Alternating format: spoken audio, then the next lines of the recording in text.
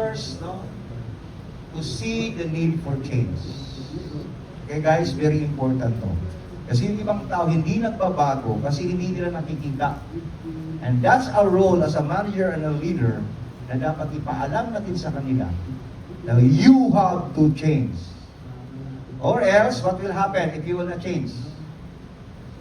Sagasaan ka ng change. Right? You have to change for the better. And no, you have to facilitate the success of others. You are now the director, not anymore the actor. Ang Pilipino, pag may movie, what's the question? Who are the actors and actresses? But if you're a foreigner, what is the question? Who is the director? Okay, so now you are a manager and a leader, you should be asking the question, who is the director? And in our situation, who is the director? Kayo, ang mga director. Sila, ang mga actor. You have to learn to transition yourself here. Hindi na ikaw ang bida. Right?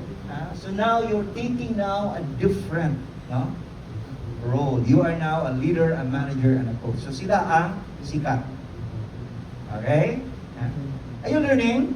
Are you learning? Okay. Then, you have to improve and dapat, no, performance and success. Meaning to say we are here to perform, right? At the end of the day, we are measured by our performance. And build on strength and work on weaknesses.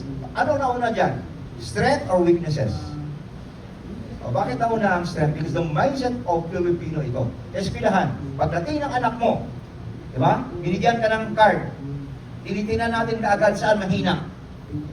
Ang hina mo sa math, anak, kailangan kang tutor. Kailangan kang ganito. But that's wrong actually. You have to focus on the strength. Saan siya magaling? Di ba? Ay, magaling ka sa ano, anak. So, dapat dito ka. Tama? Ganun din sa team natin. When we coach, you have to know individually what are the strengths of your team. Saan siya magaling? So that you can develop that. Di ba? Kaya nga maraming second courser. Why? Because napilitan sila to develop their weakness. Diba? Okay yan, but ang challenge dyan, it will be a long climb. Okay? So now, ang challenge sa inyo, managers, leaders, is to look, check. No? Ano, saan magaling yung tao mo? Okay? Doon mo siya i-develop. Diba? Sa akin, magaling kumanta. Ang anak, anong pinapagawa? Pinapasayaw. Right? Hindi. Yan din ay minsan.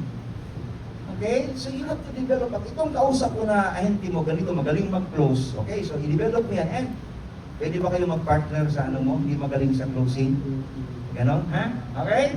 Then, okay, you are there to develop competency. Dalawa yan. Character and competency. What is character?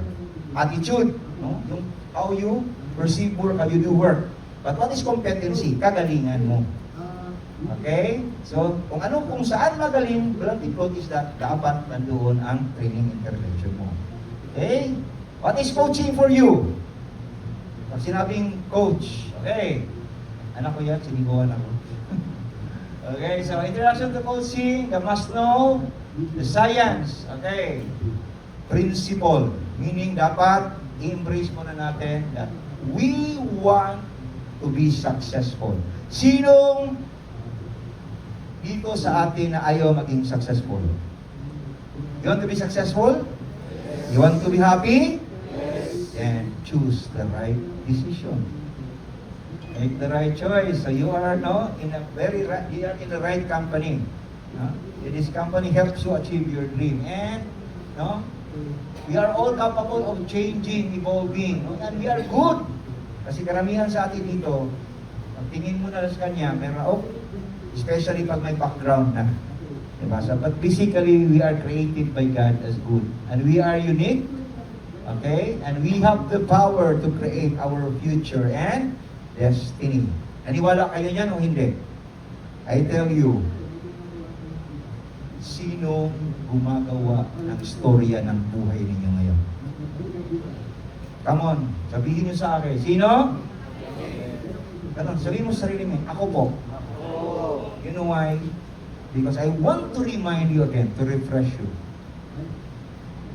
that stop being the victim. Enough for the drama. Okay? Because sino gumagawa ng istorya? You are the author and yet you want to be the victim. Diba? Choose to be the victor of your story. Okay, iwanan na natin yung mga kaikikan natin noon. So again, we will be taking a manager and a leader and a coach. So please, let's do a different chapter of our life. Baguhin mo na yung istorya mo. Simula ngayon. Sabihin mo sa katabi mo, tama ng pagiging victim. Diba? Bakit ka hindi kumuta? Grabe yung istorya, Diba? Puro victim mentality, enough for that. Enough for that victim mentality. Okay, so what is coaching today? Guess! Who needs coaching? Diyan, sa mga tao. Sino ang nangailangan ng coaching? Kailan mo kilala mo yan siya? Yan. Necktie.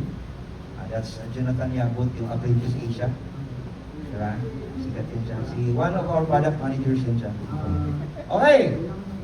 Locally, kailangan ba ng coaching? Ito, mga famous na mga personalities. They need coaching or not? Yes! Okay, everyone needs coaching. And tanungin niyo siya, why they become successful? Yes. Because I have a coach. Are you getting me?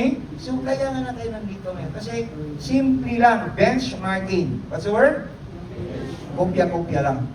Kopyahin natin, tapos i-innovate, pagandahin natin. Based on the culture of one puhunan.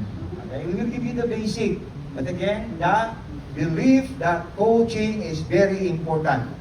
Kailangan meron tayong tool how to achieve that goal. Okay? And why does everyone need a coach? Because, can you please read with feelings?